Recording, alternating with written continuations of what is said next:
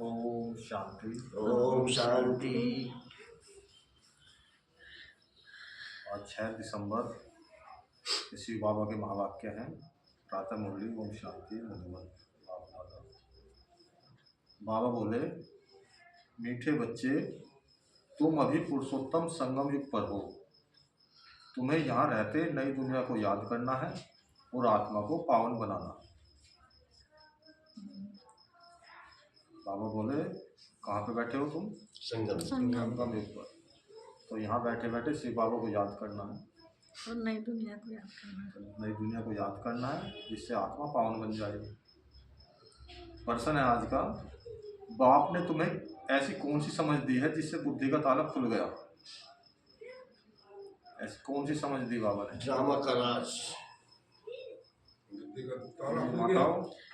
तीसरा नेत्र दिया पहले तो, तीसरा नेत्र दिया बाबा, फिर पूरा सृष्टि का चक्र राज बताया। जिससे बुद्धि का जो गोदरेज का ताला बताते हैं बाबा, वो लगा हुआ था खुल गया। हाँ, उससे अगर हम आत्मा समझेंगे तो हमारा ताला खुला रहेगा, अगर देह भान में आ गया तो बंद हो जाएगा।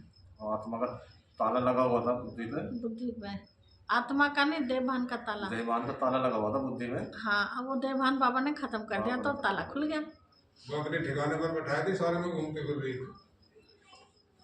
तो पहले सब जगह आत्मा बताओ है। हाँ जी।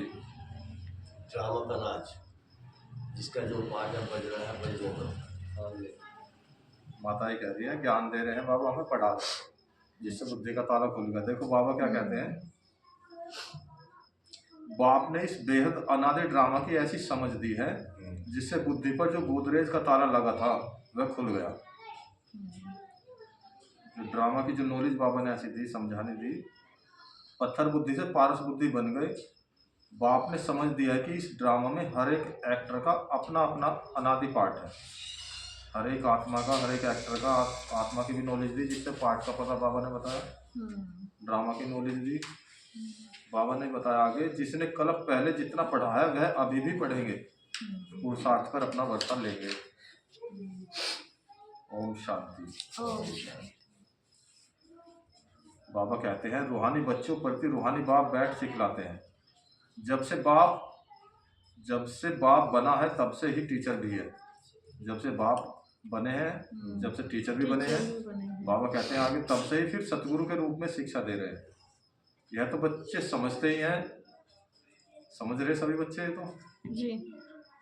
बाबा कह रहे हैं, जबकि वह बाप टीचर गुरु है तो छोटा बच्चा तो नहीं है ना। जब बाप है, सभी का टीचर है, गुरु है, तो छोटा बच्चा तो नहीं है ना। ऊंचे थे ऊंच, बड़े थे बड़ा है। बाप जानते हैं यह सब मेरे बच्चे हैं। ड्रामा प्लान अनुसार पुकारा भी है कि आकर के हमको काहे के लिए पुकारा, बुलाया, आकर के हमें पतित से पावन बनाओ। पतित पावन आओ, कितना पुकारा उसको, आकर के हमको पावन दुनिया में ले चलो। परंतु समझते कुछ नहीं है। अभी तुम समझते हो पावन दुनिया सतयुग को, और पतित दुनिया किसको कहा जाता है? कलयुग को। कलयुग को कहा जाता है। कहते भी है, आकर के हमको रावण की जेल से लिबरेट कर, दुखों से छुड़ाकर अपने शांति धाम सुख धाम में ले चलो। नाम दोनों अच्छे हैं। शांति धाम सुख धाम के नाम क्या क्या है? परम धाम, निर्वाण धाम, बहुत सारे नाम है। बहुत सारे नाम। ब्रह्मलोक, परलोक, पैराडाइज, निराकारी दुनिया। पैराडाइज थोड़ी, इसका शुक्र तो हाँ, उतना सुख धाम का नाम बताया बाबा सब ने। नाम का बता रहे हैं। बहिष्ट, जन्नत। और भक्ति में जो पुकारा, भक्ति की जो शब्द है, भक्ति का शब्द है मुक्ति, जीवन मुक्ति। भक्ति में हे भगवान, मुक्ति जीवन मुक्ति मुक्ति दो। दे दे बाबा, हमें मोक्ष दे। बाबा कहते हैं, मुक्ति जीवन मुक्ति व शांति धाम सुख धाम। हाँ, सिवाय तुम बच्चों के और कोई की बुद्धि में नहीं है कि शांति धाम कहाँ, सुख धाम कहाँ होता कहाँ है। होता है? बिल्कुल ही बेसमझ है। तुम्हारी एम ऑब्जेक्ट ही समझदार बनने की है। बाबा कहते हैं, बेसमझों के लिए एम ऑब्जेक्ट होती है कि ऐसा समझदार बनना है। बेसमझों के लिए तो एम ऑब्जेक्ट होती है कि ऐसा समझदार बनना है। जो समझे समझाए है, और सब बताने की जरूरत है। उसकी जरूरत नहीं होती। सभी को सिखलाना है, यह है एम ऑब्जेक्ट। मनुष्य से क्या बनना? देवता बनना। यह ही मनुष्य की सृष्टि, वह है देवताओं की सृष्टि। सतयुग में है देवताओं की सृष्टि, तो जरूर मनुष्यों की सृष्टि कलयुग में होगी। जब मनुष्य से देवता बनना है तो जरूर पुरुषोत्तम संगम युग भी होगा। वह देवता यह है मनुष्य। देवता है समझदार, बाप ने ही ऐसा समझदार बना है। बाप जो विश्व का मालिक है, भल मालिक बनता नहीं है परंतु गाया तो जाता है ना। बाबा कह रहे विश्व का मालिक कहते तो है मुझे, लेकिन वो बनता नहीं विश्व का बनता मालिक। नहीं। बेहद का बाप बेहद का सुख देने वाला है। जैसे हद का बाप हो, हद के बाप पे जितनी प्रॉपर्टी हो तो बच्चों को आएगी आएगी ऑटोमेटिक।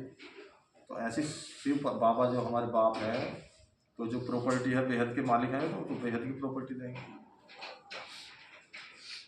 बेहद का सुख होता ही है नई दुनिया में, और बेहद का दुख कहाँ पे होता है? पुरानी दुनिया में। पुरानी दुनिया में। तो आज की तरह दुख ही दुख है, चारों तरफ दुख ही दुख है। चारों तरफ दुख दुख दुख। बाबा ने कहा था दुख होगी तो अब अगर आप लिस्ट बनाओ तो बहुत लंबी लिस्ट बन जाएगी, 101 से भी ज्यादा दुखों की लिस्ट हो जाएगी। देवताओं के चित्र भी तुम्हारे सामने है, उनका गायन भी है। आजकल तो 5 भूतों को भी पूछते रहते हैं। बाबा कह रहे 5 भूत यानी प्रकृति को भी पूछते रहते हैं। अभी बाप तुमको समझाते हैं, तुम हो पुरुषोत्तम संगम युग पर। तुम्हारे में भी नंबरवार पुरुषार्थ अनुसार जानते हैं।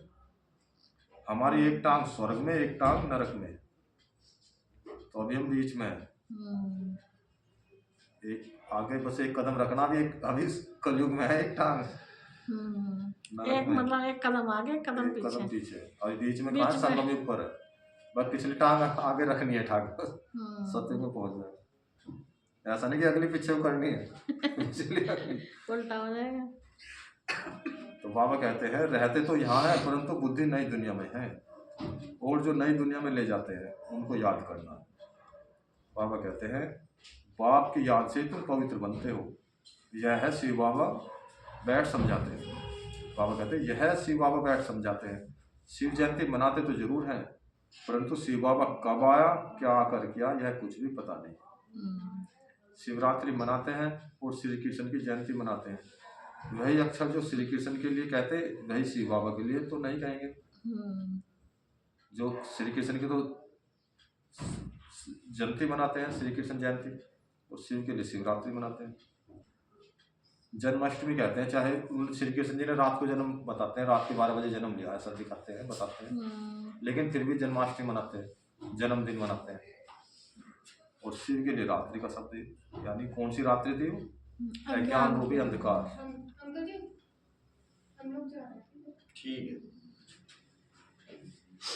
बाबा कहते हैं अर्थ कुछ नहीं समझते, तुम बच्चों को तो अर्थ समझाया जाता है। बाबा हमें सारा अर्थ बता रहे हैं। अथा दुख है कलयुग के अंत में, फिर अथा सुख होते हैं। कहाँ पे होते हैं अथा सुख? सतयुग में। सतयुग। यह तुम बच्चों को अभी ज्ञान मिला है। बाबा कहते हैं तुम आदि मध्य अंत को जानते हो। जिन्होंने कल्प पहले पढ़ा है वही अब पढ़ेंगे। तो बाबा ये कह रहे हैं जिसने कल्प पहले पढ़ा था, ये भी नहीं कि तुम ज़्यादा परेशान हो जाओ भाई क्यों नहीं आ रहे भाई, तो जिसने पढ़ा था वही आएंगे। तो भाई जी पाठ जिसका जितना है, जिन्होंने कल्प पहले पढ़ा है वही अब पढ़ेंगे। बाबा स्पष्ट रूप से कहते हैं बिल्कुल, जिसने जो पुरुषार्थ किया होगा वही करने लगेंगे और ऐसा ही पद भी पाएंगे। तुम्हारी बुद्धि में पूरा चक्र है, तुम ही उच्च उच्च पद पाते हो, फिर तुम उतरते भी ऐसे हो। कैसे उतरते हैं? धीरे धीरे। बाप ने समझाया यह जो भी मनुष्य की आत्माएं हैं, माला है ना, सब नंबरवार आती है। हर एक एक्टर को अपना अपना पार्ट मिला हुआ है।